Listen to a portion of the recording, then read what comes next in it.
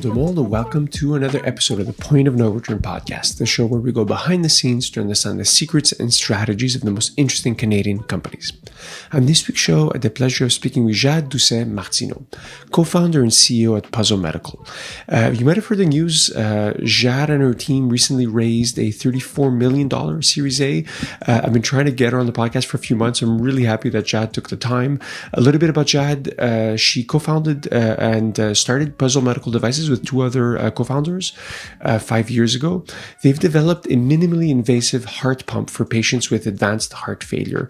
So we spoke a lot about the challenge of heart failure and how many people die from this every single year. So it's such a huge cause of mortality. And their mission is really to improve patient outcomes through the development of this really innovative heart pump. So we really discussed the design, the safe implantation to support cardiac function for patients. We spoke about the origins of Puzzle Medical, how it got started, how their device treats patients, Jade's personal motivation, how it's changed over the years, and she was also very nice to share some personal lessons about starting this really innovative and cool startup.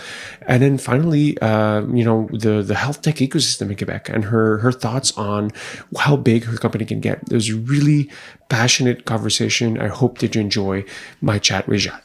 Jade, c'est vraiment un plaisir de t'avoir. Ça fait plusieurs mois que j'essaie de t'avoir sur le balado, que je suis très content que tu aies pris le temps, évidemment, dans un horaire très occupé. Tu sais, on va vous parler beaucoup des nouvelles de Puzzle Medical, évidemment, votre ronde que vous venez de lever. Mais peut-être commencer avec un volet plus personnel. Tu sais, j'avais lu que au début, quand tu songeais un peu de ta carrière, tu voulais être un docteur. Donc, juste peut-être retourner sur qu'est-ce qui t'a rendu à vouloir être docteur quand tu étais plus jeune. En fait, moi, quand j'ai commencé, effectivement, là, je voulais être docteur parce que je voulais traiter des patients.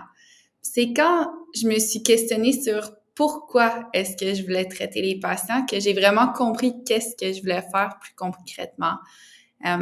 Donc, un docteur, un médecin, ça traite un patient avec des produits ou des dispositifs ou des médicaments qui sont disponibles sur le marché.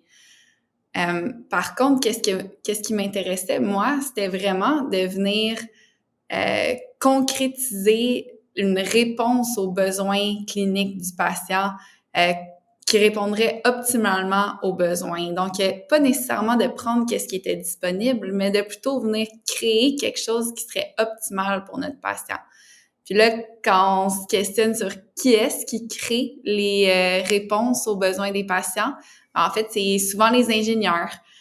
Donc, je me suis dirigée plutôt en ingénierie biomédicale pour venir justement concrétiser qu'est-ce que je voulais faire de répondre à des besoins cliniques. Oui. Donc, c'est un beau parcours, là. Tu sais, évidemment, je regardais un peu ton background, ce que tu as fait. Peut-être parlons-en de tes études. Où est-ce que tu as eu cette idée de Puzzle Medical? Parce que c'est venu quand tu étais études, si j'ai bien compris. Donc, peut-être nous ramener, voilà quelques années, donc, où est-ce que tu étais assis dans une chaise d'école et tu as réfléchi à cet enjeu-là. Tu sais, comment est-ce que tu étais devenu sensibilisé à cet enjeu-là, spécifiquement, évidemment, tu sais, l'échec cardiaque, c'est le bon terme en français, mais oui, effectivement, comment tu es devenu aware un peu de l'enjeu? On était 3 étudiants à l'époque, 2 en ingénierie et 1 en médecine.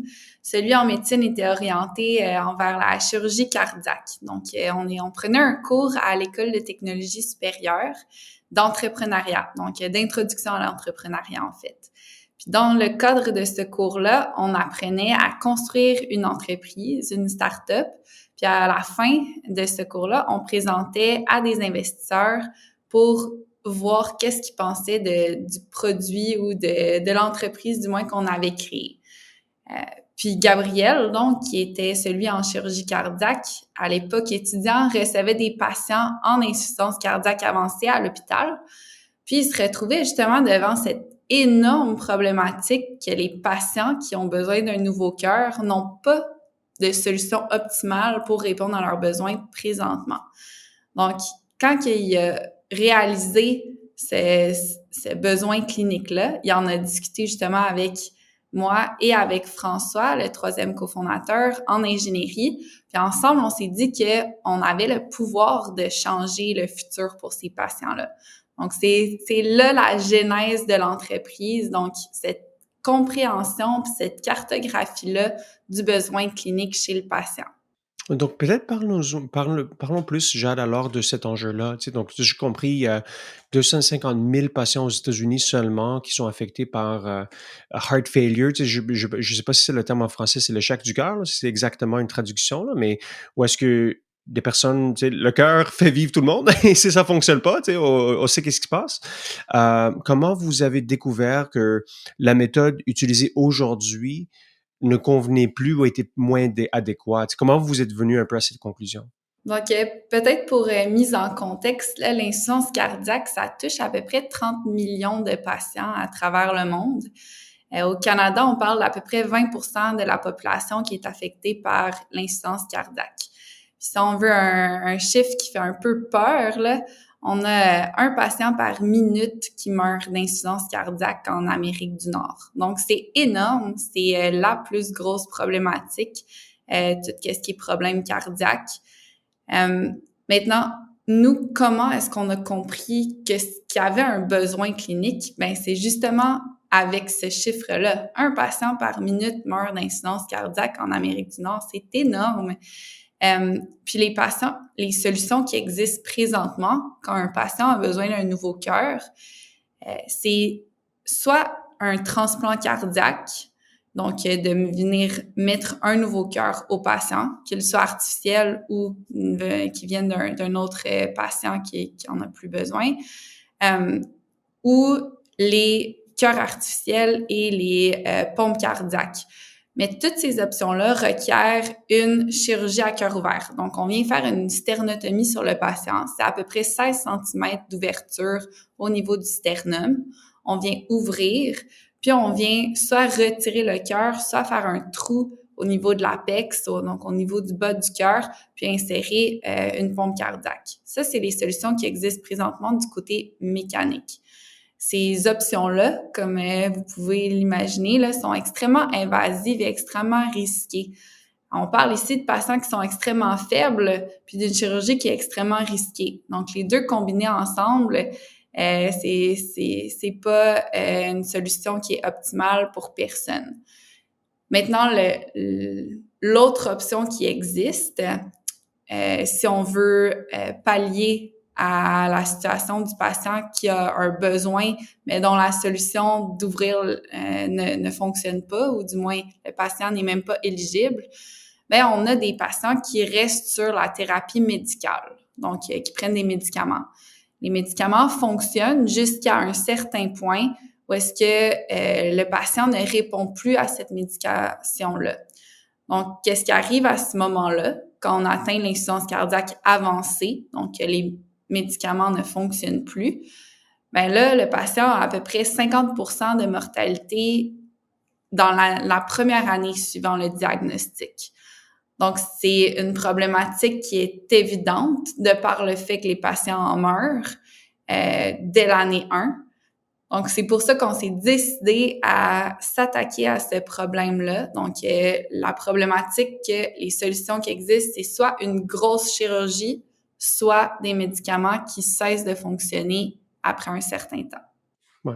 On dirait que les médicaments sont pratiquement comme palliatifs plus qu'autre chose. C'est parce que si tu es trop faible pour avoir l'opération, j'imagine, c'était probablement d'un certain âge ou d'une certaine, puissance, tu sais. Donc, ça veut dire que si tu peux pas l'avoir, tu sais, on va essayer de te soulager, mais c'est pas une vraie solution, tu sais. Donc, le taux de survie est évidemment très, très bas. Et quand vous avez regardé cette procédure-là, tu as parlé d'opération de 16 cm qui fait peur. Comment vous avez eu le déclic avec une solution plus innovatrice, vous pouvez s'attaquer spécifiquement à oui, comment vous avez eu cette idée originale pour fabriquer excuse-moi l'anglais, un device, là, quelque chose qui peut vraiment venir pousser un peu l'innovation à ce niveau? Pour nous, en tant qu'ingénieurs, quand on s'est fait présenter cette problématique-là, qu'on veut éviter d'ouvrir un patient, la solution était évidente, mais pourquoi pas miniaturiser puis éviter d'ouvrir le patient? Du côté clinique, qu'est-ce qu'on regarde là? On veut éviter les problématiques chez le patient. On veut pouvoir rendre les patients éligibles à cette thérapie-là. Donc, c'est pour ça là, qu'on a développé une solution qui va dans la même lignée que tout ce qu'il y a dans le domaine médical. C'est les tendances médicales qu'on appelle. Tout s'en va vers le minimalement invasif. Donc, on veut de moins en moins ouvrir les patients. On veut de plus en plus traiter de façon simple, efficace, rapide. On veut sortir les patients de l'hôpital le plus rapidement possible. Donc, c'est pour ça là, que quand on passe d'une chirurgie qui est invasive, comme une opération à cœur ouvert, où est-ce qu'on vient faire l'incision de 16 cm, ça dure à peu près 6 heures. C'est un chirurgien cardiaque. Le patient reste à l'hôpital pendant environ 20 jours par la suite. Versus quand on fait une implantation qui est minimalement invasive, par exemple la nôtre, le patient, ça prend à peu près 30 minutes, même pas, faire la procédure du début à la fin, contrairement aux 6 heures de la chirurgie à cœur ouvert. Puis le patient reste environ 24 heures là, à l'hôpital, contrairement à une vingtaine de jours avec la chirurgie à cœur ouvert. Donc, l'ordre de grandeur est complètement différent. Donc, nous, qu'est-ce qu'on a développé? C'est une solution qui permet l'éligibilité du patient, l'accessibilité, de réduire justement les problématiques, les complications, mais en plus de réduire le temps d'hospitalisation requis pour avoir cette implantation-là. Et si j'ai bien compris, c'est fascinant vous attendre. Et si j'ai bien compris, vous avez construit un appareil qui se construit à même dans le corps de la personne. Donc, vous êtes capable de l'insérer et l'assembler dans le patient. Donc, évidemment, je suis en train de massacrer un peu comment vous le faites, mais je serais curieux de comprendre de comment ça fonctionne vraiment. Et par la suite, deuxième question, c'est je sais que c'est tôt, vous venez d'avoir quand même plusieurs expériences positives, là, mais le delta en termes de taux de survie, ce que tu projettes en termes de différence. Mais premièrement, peut-être d'expliquer plus ton appareil. Donc, nous, qu'est-ce qu'on a développé pour répondre aux besoins cliniques? C'est un dispositif qui est minimalement invasif. Donc, c'est une pompe cardiaque qui vient s'implanter à travers les vaisseaux du patient. Donc, on fait une toute petite incision au niveau du vaisseau du patient. Puis, sur le patient qui est réveillé, on vient insérer une toute petite pompe qui est à peu près 4 mm de diamètre à l'intérieur, à travers le vaisseau sanguin, jusque dans le patient. Une fois qu'on est dans le patient, il y a beaucoup de place. Donc, comme tu l'as mentionné, nous, c'est une pompe qui vient s'assembler. Donc, on est en série pour profiter d'un tout petit diamètre d'incision, d'implantation. Une fois à l'intérieur, on vient s'assembler en parallèle. C'est un processus qui se fait tout seul, là, avec un système d'implantation. Une fois implanté en parallèle, on a un dispositif qui est prêt à supporter le patient de façon optimale, là, avec le même support qu'on retrouve chez les cœurs artificiels. C'est absolument incroyable. Et vos premiers tests cliniques, je sais que vous avez eu des tests cliniques à succès. Qu'est-ce que ça démontre en termes de... Ben, tu as parlé déjà le fait que, ben, j'imagine, ça prend beaucoup moins de temps, ça coûte beaucoup moins d'argent. Donc, évidemment, étant donné que c'est moins invasif, ben, j'imagine le taux de réussite et la qualité de vie aussi du patient doivent être améliorés. Donc, peut-être quelques métriques si tu en as, Jade. Donc, on a fait nos premières implantations chez les humains l'année dernière. Donc, on a eu la chance et l'honneur de traiter nos 4 premiers patients. Ces 4 premiers patients-là, c'était des patients justement qui avaient des problèmes au niveau du cœur. L'implantation du dispositif, c'est à peu près, pour moi, en laboratoire, ça me prend à peu près 2-3 minutes. Pour un clinicien, ça prend peut-être maximum 5 minutes. Donc, c'est très, très rapide. On vient implanter à l'intérieur du patient. Le patient, encore une fois, n'est pas sous anesthésie générale. Il est réveillé. C'est juste une anesthésie locale. Puis, 5 minutes plus tard, il y a le dispositif qui est à l'intérieur de lui qui supporte son cœur. Donc, nous, l'objectif global de cette pompe cardiaque, c'est de venir supporter le patient qui a de l'insuffisance cardiaque au niveau de la perfusion rénale et du support cardiaque. Donc, quand les patients ont des problèmes de cœur, c'est conjoint avec des problèmes au niveau des reins. Donc, on veut venir faire une perfusion rénale pour justement pallier à la maladie dans son ensemble et non pas juste pointilleusement, uniquement sur le cœur. Ouais, ouais, j'imagine. Quand est-ce que les pompes existantes ou les cœurs artificiels ont été conçus? Ça date de quelle année? C'est ce que tu sais? Ben, il y en a plusieurs. Donc, ça fait à peu près 30 ans que ça existe. Puis, plus récemment, là, il y a eu en 2005 des autorisations de commercialisation de plus petites pompes cardiaques. Puis ces plus petites pompes cardiaques-là traitent d'autres types de patients. Donc, c'est des pompes qui sont à l'hôpital, puis que le patient doit rester à l'hôpital durant l'entièreté de son traitement. Nous, on vient apporter justement l'innovation d'avoir une pompe qui est modulaire, qui vient traiter le patient en insuffisance cardiaque avancée, puis que le patient peut retourner chez lui à la maison avec le dispositif, puis être traité sur du long terme. Ouais, fascinant, fascinant. Et peut-être question niaiseuse, mais votre modèle d'affaires, tu sais, vous vendez ça directement, j'imagine, aux hôpitaux, vous vendez à l'unité. Est-ce qu'il y a, ouais, comment ça fonctionne? En ce moment, nous, on est pré-commercial, donc on est en test clinique. On compte être commercial d'ici 2026, 2027. Le modèle d'affaires, ça va fonctionner un peu comme tu l'as décrit, là. Donc, ça dépend évidemment de l'endroit géographique où on se trouve. Par exemple, aux États-Unis, là, on va vendre à travers le clinicien, l'hôpital. Ici, même chose, clinicien hôpital, mais par rapport aux assurances, c'est un peu différent. On compte commercialiser en Amérique du Nord en premier, puis ensuite s'enligner sur l'Europe et éventuellement à l'international, là, partout. Tu sais, je reviens à ce que vous faites. Je trouve ça, tu sais, c'est comme, on parle beaucoup du raison d'être entreprise. Beaucoup d'entreprises cherchent un raison d'être des fois, mais dans votre cas, chaque pompe sauve une vie, j'imagine. Tu sais. Quand tu fais le delta entre le cas clinique aujourd'hui avec la technologie versus ce que vous faites, c'est quand même, ouais, peut-être t'entendre un peu sur ta motivation personnelle. C'est qu'est-ce qui te fait vraiment, qu'est-ce qui te carbure chez Puzzle? Je pense que si tu m'avais demandé ça il y a 1 an, 2 ans, je crois que j'aurais peut-être répondu la passion de l'ingénierie, la passion justement du domaine médical. Il y a 1 an, on a traité nos 4 premiers patients, puis c'était vraiment important pour moi d'amener toute l'équipe pour traiter les 4 patients. Donc, on était toute l'équipe qui avons travaillé sur le dispositif pendant les 4 premières années, sur le développement, la fabrication, les optimisations, qui avons eu des problèmes, des optimisations, plus de problèmes. Puis là, on arrivait, on traitait notre premier patient humain.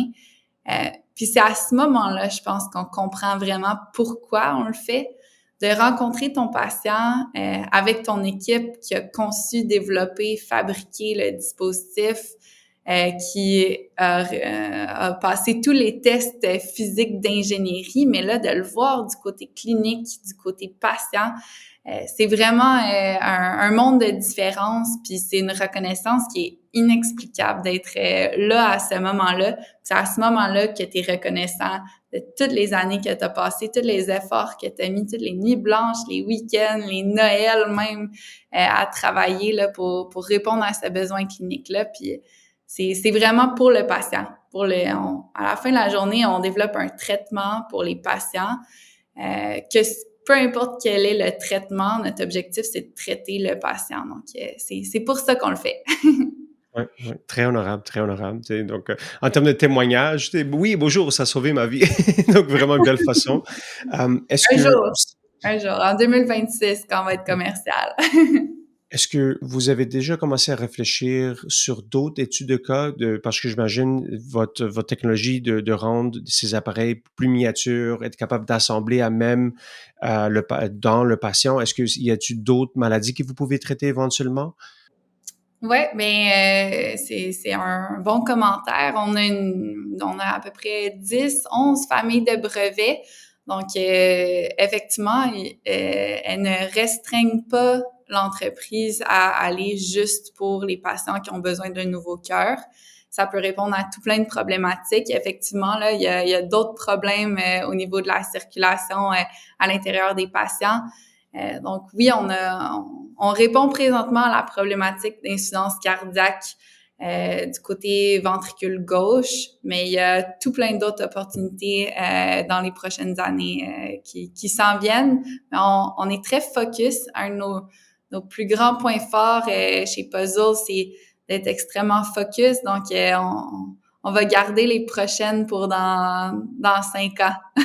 Oui, j'allais dire, quand tu as mentionné le 2026-2027, j'imagine, un des enjeux, tu sais, c'est pas comme, hey, on va lancer une application mobile la semaine prochaine. Tu sais, c'est quelque chose qui a beaucoup d'obstacles réglementaires, commerciaux, qui font du sens, tu sais, parce que il faut, on peut pas juste, tu sais, le mettre dans le patient sans qu'il y ait des tests. Peut-être en donner un peu sur ces obstacles-là. J'imagine, il y a un, juste passer une accréditation que on peut être dans un stade clinique et l'autre, ben, une stade de commercialisation que n'importe qui peut l'acheter. J'imagine que ça varie énormément de pays, probablement même dans province. Donc, peut-être donner le premier niveau des détails, parce que c'était quand tu t'entends, wow, 2026, c'est like, pourquoi pas l'année prochaine pour sauver des vies tout de suite, mais il y a des bonnes raisons pourquoi pas, j'imagine aussi. Là.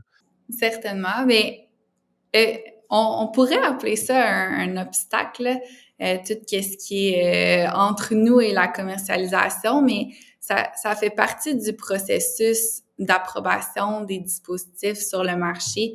Puis c'est à la fin de la journée, c'est pour protéger la population.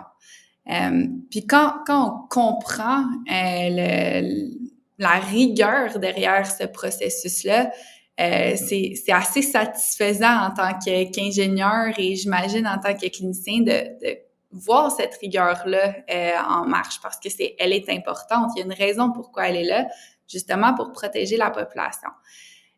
Maintenant, certains éléments de cette rigueur-là incluent justement les processus réglementaires. Donc, il faut effectivement passer à travers Santé Canada, passer à travers la FDA, qui est la Food Administration, là, côté américain. Puis, on a tout ce processus-là qui est en place. Puis on doit se conformer à ça. En ce moment, on a déjà des discussions avec toutes les entités réglementaires. Donc, ils ont des programmes là, qui nous permettent de naviguer à travers cette réglementation-là. Du côté clinique, on a qu'est-ce qu'on doit passer à travers, c'est tout ce qui est éthique, tout ce qui est documentation avec le clinicien. Donc, on doit, si on veut convaincre l'hôpital avec lequel on fait le test clinique d'approuver en fait nos tests cliniques du côté éthique. Puis du côté plus ingénierie ou développement de produits, on a tout ce qui est qualité. Donc, c'est 3 grandes sphères, donc la réglementation, le côté clinique, éthique et le côté qualité qui réglementent globalement la mise en marché d'un dispositif médical. Oui, très bonne réponse. J'allais dire très politically correct, là. Peut-être, j'aimerais te poser aussi la question, mais j'imagine il y a un peu d'espace pour essayer d'innover plus rapidement, tu sais, donc, juste parce que, tu sais, j'imagine, comme tu as dit, c'est vraiment fait pour protéger les patients, pour protéger la population, mais j'imagine c'est aussi fait dans un ancien monde qui était plus analogue, où est-ce que la vitesse d'innovation était pas prise en compte. Donc, en tout cas, peut-être une question pour une autre fois, là, pas de creuser trop, là. Et on va parler évidemment, tu sais, vous venez de lever une grande ronde, une série A de 34 millions, donc félicitations. Peut-être nous parler un peu du plan, tu sais, où est-ce que ce capital va vous amener? Et aussi, deuxièmement, tu sais, j'avais vu dans quelques entrevues que tu voulais au début lever une plus petite ronde. Donc, pourquoi une plus grande ronde? Donc, qu'est-ce qui t'a fait changer un peu d'avis? Hein? Ouais, bonne question. Donc, concernant notre série A, on vient tout juste là, de clôturer une ronde de 34 millions de dollars canadiens. Donc, les investisseurs là, qui sont inclus, c'est nos investisseurs qu'on avait déjà. On a aussi ajouté des investisseurs canadiens, Desjardins Capital, BDC, puis on a ajouté des investisseurs américains. Donc, on a Ajax Health, KKR, Hellman Friedman et Longview Ventures.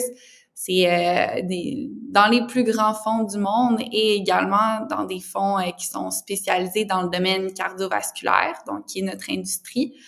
Avec cette ronde de financement-là, donc avec notre série A, on veut aller jusqu'en 2025. Donc, on a 5 gros objectifs pour cette ronde de financement-là. Donc, le premier, c'est doubler l'équipe. Donc, à l'interne, mais aussi en termes de crédibilité scientifique. On veut aller chercher des docteurs, des scientifiques pour justement valider, si on veut, tout notre processus jusqu'à la mise en marché du dispositif. Ensuite, on veut augmenter nos capacités de fabrication à l'interne d'à peu près 5 fois. Donc, une de nos plus grandes forces là, dans l'entreprise chez Puzzle, c'est de justement l'intégration verticale, si je peux appeler ça comme ça. Donc, on fait le plus possible tout à l'interne. Donc, 90% à peu près du dispositif est fabriqué ici. Donc, on aime avoir une culture d'intégration verticale parce que non seulement ça ramène toute la valeur à l'interne ici au Québec, mais également ça fait grandir l'équipe à travers tout ça. Puis, en parallèle de tout ça, ça nous permet d'éviter complètement les délais qui sont engendrés en ce moment par tout ce qui est crise à travers le monde, que ce soit la COVID, les conflits géopolitiques. Donc, grâce à notre système robuste à l'interne là, de fabrication, on est capable d'éviter tous ces délais-là. Ensuite, évidemment, on veut continuer là, à solidifier notre portfolio de brevets. Donc, on a 10 familles en ce moment, on veut continuer à le grandir. Puis, ultimement, là, le plus grand objectif de cette ronde de financement-là, c'est de venir traiter 15 patients. Donc, d'ici 2025, on va avoir traité 15 patients additionnels dans le cadre de notre étude clinique. Puis, somme toute, là, après ça, on va avoir notre cinquième et dernier objectif de la série A, qui est la clôture de notre série B. Donc, on va lever à peu près 50 millions de dollars américains en série B d'ici 2025. J'aime le plan, j'aime le plan. Tu sais, donc, c'est très bien dit. J'aime beaucoup cette notion aussi d'intégration verticale. Tu as mentionné un peu, je vois que le monde, on se démondialise, si c'est le bon terme, tranquillement. Donc, d'avoir la capacité de production manufacturier ici, localement, ben, comme tu as dit, ça nous permet d'aller plus rapidement et aussi, probablement aussi, contrôler beaucoup les coûts. Tu sais, donc, d'avoir un meilleur coût versus d'autres places. Donc, très, très fascinant. Sur la croissance, tu as donc mentionné un peu l'enjeu. Tu sais, donc, j'imagine votre marché aujourd'hui, ça va être un marché mondial. Tu sais, donc, j'imagine vous allez vous attaquer au marché occidentaux pour commencer. Donc, j'imagine les États-Unis, Canada, Europe occidentale. Donc, peut-être j'aimerais t'entendre un peu sur l'opportunité plus au sens large. Donc, effectivement, là, on va commencer avec l'Amérique du Nord, avec États-Unis, Canada.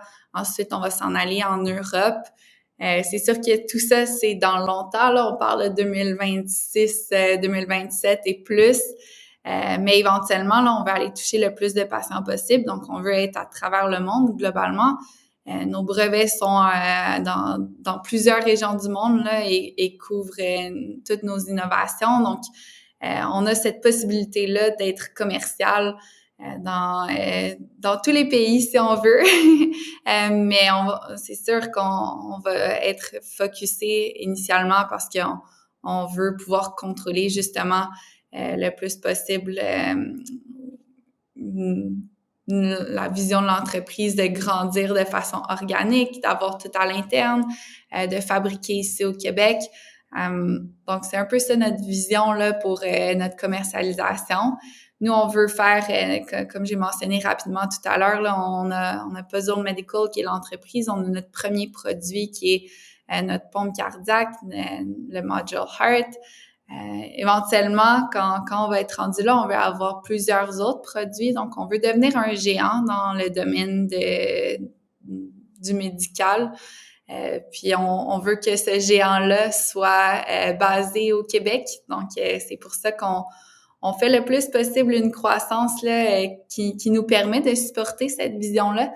Donc, on fait l'acquisition de tous les équipements, toutes les grosses machines. On engage beaucoup de gens dans le domaine de l'ingénierie, dans le domaine technique, clinique, autres. Donc, voilà. J'ai juste hâte à acheter vos actions sur la bourse. Donc, j'attends impatiemment.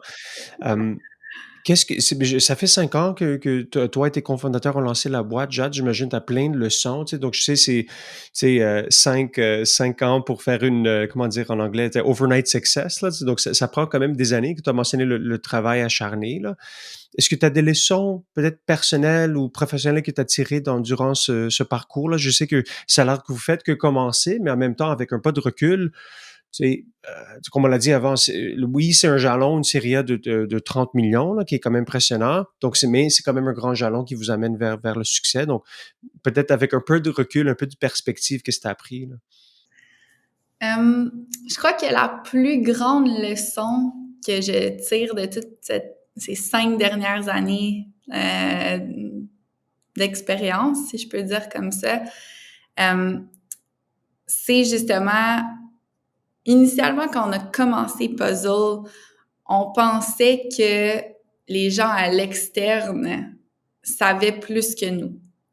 Puis qu'est-ce que je veux dire par là, c'est que on était 3 étudiants, on était 3 jeunes qui avaient aucune idée dans quoi on s'embarquait. On pensait que les gens à l'externe on allait leur fournir, voici qu'est-ce qu'on veut faire, puis qu'ils allaient nous donner une réponse sur papier, noir sur blanc, puis que c'était la vérité absolue. Plus on a pris dans cette croissance-là, puis on a grandi en crédibilité de par le fait qu'on a eu des données, qu'on a atteint des objectifs, qu'on a démontré concrètement et scientifiquement parlant que notre dispositif fonctionnait. Plus on a compris justement que l'important, c'est de développer cette expertise-là et non pas de l'avoir initialement, de le développer soit nous-mêmes ou en s'entourant justement d'un écosystème pour le supporter, en allant engager des gens, en formant ces ressources-là qu'on engage. Donc, de créer cette expertise-là, c'est quelque chose qui a été un pilier chez Puzzle, puis qui va toujours l'être. On va continuer à grandir dans cette direction-là. Mais c'est une très grande leçon qu'on a eue parce que justement, nous, on se demandait toujours, c'est qui les experts dans notre domaine? C'est un nouveau domaine, c'est un domaine qui est en pleine croissance, puis dont il y a des centaines de milliers de recherches, mais personne ne fait exactement qu'est-ce qu'on fait. Donc, il y a personne qui a exactement la réponse, sauf nous.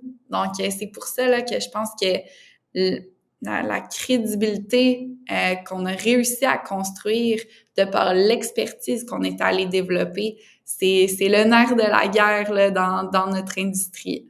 Ouais, c'est fascinant parce que, comme tu as dit, étant donné que c'est un nouveau domaine, il n'y a pas d'experts, donc qui vous permet d'avoir cette croissance-là. Comment est-ce que tu décrirais simplement aujourd'hui cette expertise? Comment tu la définis? Je la définirais comme étant justement une expertise qu'on a développée au niveau de la rigueur d'une part, parce qu'on n'est pas en train de fabriquer une bicyclette. Là. Il faut qu'il y ait tout un processus par lequel on passe où est-ce qu'on a une certitude que le produit qu'on développe n'est pas un danger pour notre patient. Donc, on peut pas faire ça sur un coin d'une table. Il faut que ce soit dans un environnement contrôlé avec des processus rigoureux qui nous permettent de certifier justement que chaque élément de cette pompe-là n'apporte pas un risque pour notre patient à la fin de la journée. Donc, je pense vraiment que cette expertise-là, d'une part, vient de cette rigueur d'ingénierie-là qu'on n'apprend pas sur les bancs d'école. À l'école, on apprend des principes théoriques, on apprend un peu de concret, mais on n'apprend pas exactement qu'est-ce que ça veut dire, cette rigueur scientifique-là ou cette rigueur d'ingénierie-là, parce qu'on n'a pas justement ce risque-là à la fin. Nous, notre risque est extrême. C'est la vie d'un patient qu'on a entre les mains. Alors, on n'a pas le choix de développer cette expertise-là du côté rigueur, clinique, ingénierie. Donc, d'une part, ça. D'autre part, je pense justement tout ce qui est utilisation des machines, utilisation de tous les processus qui englobent le cadre du domaine médical, puis également tout ce qui est clinique, donc de bâtir une étude clinique, qu'est-ce qu'on va regarder, qu'est-ce qu'on va diagnostiquer chez notre patient, comment on va sélectionner nos patients. Il y a personne qui va te dire voici comment tu vas les sélectionner.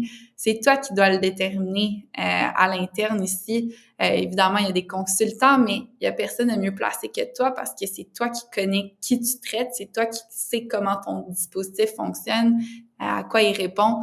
Donc, globalement, là, c'est toute cette expertise-là qu'on est venu développer, puis que j'aimerais dire à la Jade et à l'équipe d'il y a 5 ans que c'est nous qu'il va falloir qu'ils la développent, qu'ils construisent, qu'ils permettent justement à l'écosystème, aux gens dans l'équipe d'avoir les outils pour répondre à ça. Je vais dire un petit commentaire. Comme amateur de vélo, je suis indigné par ton commentaire. Mais je crois que tu as quand même entièrement raison. Tu sais, je crois que c'est fascinant. Peut-être sur la partie de rendre quelque chose plus miniature. Tu sais, juste que peut-être curiosité intellectuelle.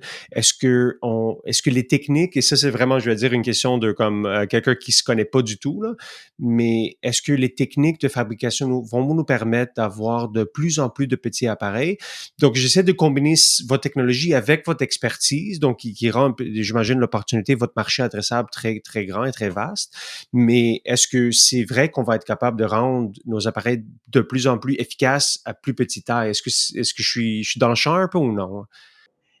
Il y a des limitations, donc on pourra pas, du moins avec les connaissances qu'on a présentement, là, on pourra pas aller complètement minuscule puis bien supporter le patient encore. Donc il y a un équilibre à atteindre. Nous, on pense qu'on l'a atteint. Donc, en termes de grosseur, on n'a pas besoin d'être absolument miniature. On a besoin d'atteindre une taille de dispositif qui nous permet d'aller traiter la majorité des patients. Donc, par exemple, là, un vaisseau par lequel on passe fait à peu près 6-8 mm de diamètre.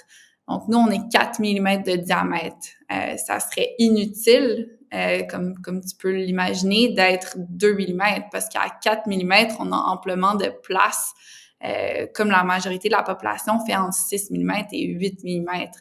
Donc, il n'y a pas de raison d'aller plus petit, autrement dit, parce qu'encore une fois, plus on va petit, plus on perd en efficacité, puis plus il faut pallier à cette perte en efficacité-là.